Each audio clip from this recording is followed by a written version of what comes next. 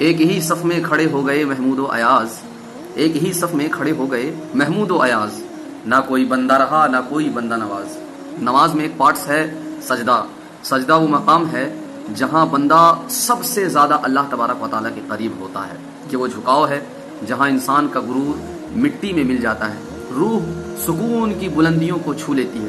جانتے ہیں نماز صرف فرض نہیں ہے بلکہ یہ اللہ تبارک و تعالیٰ سے ملاقات کا لمحہ ہوتا ہے۔ جب بندہ نماز میں ہوتا ہے تو اللہ تبارک و تعالیٰ سے باتیں کر رہا ہوتا ہے۔ حدیث مبارکہ ہے، حضور فرماتے ہیں ایسی نماز پڑھو کہ تمہیں ایسا محسوس ہو کہ گویا تم اللہ کو دیکھ رہے ہو، یا کم از کم اتنا احساس ہونا چاہیے کہ اللہ تم کو دیکھ رہا ہے۔ سوچئے کہ اللہ کا دیدار نماز میں ہوتا ہے اور ہم نماز سے غافل ہیں۔ آئیے میرے بھائیوں، نماز پڑھتے ہیں، سر کو سجدے میں جھکاتے ہیں اور اس غرور کو مٹی میں ملا کر ختم کر دیتے ہیں۔ اور اس شعر کے ساتھ اپنی گفتگو کو میں ختم کرتا ہوں کہ وہ ایک سجدہ جسے تو گراں سمجھتا ہے، ایک سجدہ جسے تو گراں سمجھتا ہے، ہزار سجدوں سے دیتا ہے آدمی کو نجات، ہزار سجدوں سے دیتا ہے آدمی کو نجات۔ السلام علیکم۔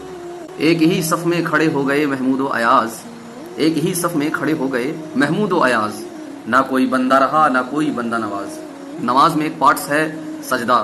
سجدہ وہ مقام ہے جہاں بندہ سب سے زیادہ اللہ تبارک و تعالیٰ کے قریب ہوتا ہے، کہ وہ جھکاؤ ہے جہاں انسان کا غرور مٹی میں مل جاتا ہے، روح سکون کی بلندیوں کو چھو لیتی ہے۔ جانتے ہیں نماز صرف فرض نہیں ہے بلکہ یہ اللہ تبارک و تعالیٰ سے ملاقات کا لمحہ ہوتا ہے۔ جب بندہ نماز میں ہوتا ہے تو اللہ تبارک و تعالیٰ سے باتیں کر رہا ہوتا ہے۔ حدیث مبارکہ ہے، حضور فرماتے ہیں ایسی نماز پڑھو کہ تمہیں ایسا محسوس ہو کہ گویا تم اللہ کو دیکھ رہے ہو، یا کم از کم اتنا احساس ہونا چاہیے کہ اللہ تم کو دیکھ رہا ہے۔ سوچئے کہ اللہ کا دیدار نماز میں ہوتا ہے اور ہم نماز سے غافل ہیں۔ آئیے میرے بھائیوں، نماز پڑھتے ہیں، سر کو سجدے میں جھکاتے ہیں اور اس غرور کو مٹی میں ملا کر ختم کر دیتے ہیں۔ اور اس شعر کے ساتھ اپنی گفتگو کو میں ختم کرتا ہوں کہ وہ ایک سجدہ جسے تو گراں سمجھتا ہے، ایک سجدہ جسے تو گراں سمجھتا ہے، ہزار سجدوں سے دیتا ہے آدمی کو نجات، ہزار سجدوں سے دیتا ہے آدمی کو نجات۔ السلام علیکم۔